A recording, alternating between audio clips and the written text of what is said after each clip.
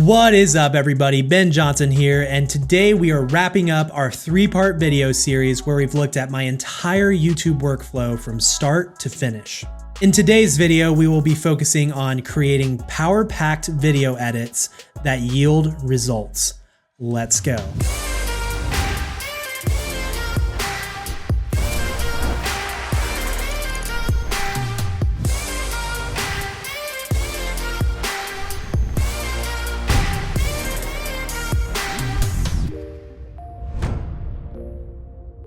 Alright, welcome back to the channel. As mentioned before, today we are wrapping up our 3-part video series where we've taken a look at my entire YouTube workflow from start to finish. If you haven't seen the first 2 yet, go ahead and hit pause so that you can go catch up so that you don't miss out. Now back to this video. Today we are talking about post-production.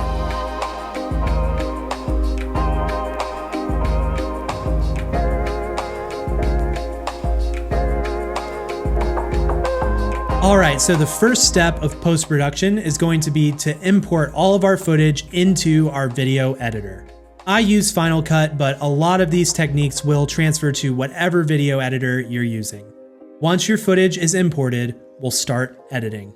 I typically record my video and my audio files separately, so one of the first things I do in my edit is sync them. Once that is synced, I'm ready to start cutting up the talking portion of my video. Play back at a faster speed while editing. Typically, what I'll do while I'm editing my footage is watch it back at either 1.5 or 2 times speed. That way I can cut down the edit in twice the amount of time. You can also try editing backwards. What this means is starting at the end of the project and working back.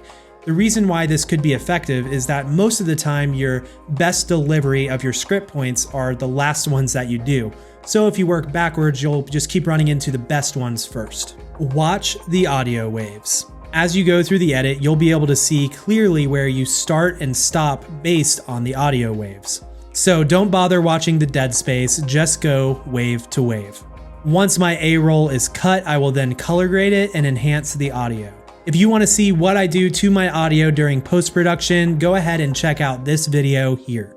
Also, if you guys are interested in seeing a future color grading tutorial, let me know in the comments below.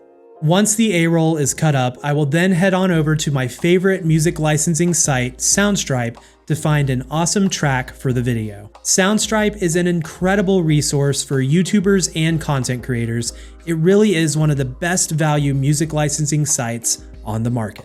So I will pick out a track, I will drop it into the video, and then I'll continue to structure the video even further. I like to leave room for titles in my video to help support the change of my main points. So as I edit the A-roll and the music, I will leave space for where my titles are going to go. Don't be afraid to restructure the timing of the music so that it lands how you want to. As I am editing, I will be paying attention to where I want my B-roll to go, and I will leave space for it accordingly. Then all I have to do is go and find the proper B-roll clips and drop them in. Once the B-roll is in, I will color grade that, and then I'll add in any additional text effects like subscription animations and things like that. If you're curious about where I get my text effects, I actually use Motion VFX, which is an incredible resource for Final Cut editors, and I'll place a link down in the description below. And the last thing I'll typically do to my edits is to add in sound effects if the video calls for it. Once the edit is done, I will export a master file and get ready to upload it to YouTube. I love to utilize this time while my video is exporting to dive into Photoshop and finish up my thumbnail.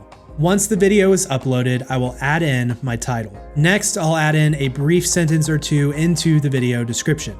Then I add in my timestamps as well as any relevant links to that particular video. I actually keep a note on my computer with a bunch of links that I add into every video description, so at this point I will go ahead and copy and paste it into the description.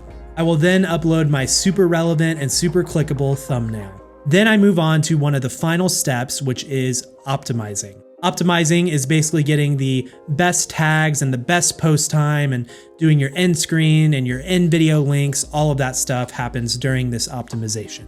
To accomplish this well, I like to use a program like TubeBuddy or vidIQ. These are great tools for YouTubers that will allow you to check out the tags and see the best times to post and get a ton of information on how your video will perform. Once the video is optimized, it is ready to be scheduled. I'll check out the best time to post and then schedule it for about 15 minutes before that, so that has a little bit of time to ramp up. Then I'll finish off by creating any other promotional material. Cross-platform promotion is key. Typically, I will use Instagram and Facebook to help promote that I have a new video out. You have worked hard on this thing, so you better promote the heck out of it. A lot of times I will do some Instagram stories with a countdown leading up to the video, and then I'll also have some posts ready to go out as soon as the video goes out, just to help create some buzz and generate traffic to the video. Also, I will carve out a little bit of time in my schedule right when the video is going out so that I can engage with people in the comments. If people are taking time to comment on your video, you should take the time to honor that and comment back. Once I'm done with this, I go on to the next one. The really cool thing is that when you can get your pre-production, your production, and your post-production down into a structured process, you can start to batch create, which basically means doing multiple videos at one time. All right, everybody, that is going to wrap up this 3-part video series. I hope you guys have enjoyed this and found some value from it. If you're interested about what type of gear that I use, or maybe where I get my music or video effects, I have placed a ton of links down in the description as a resource for you. Before you guys leave, make sure to hit that like button, subscribe, turn on notifications, and as always, stay creative. Peace.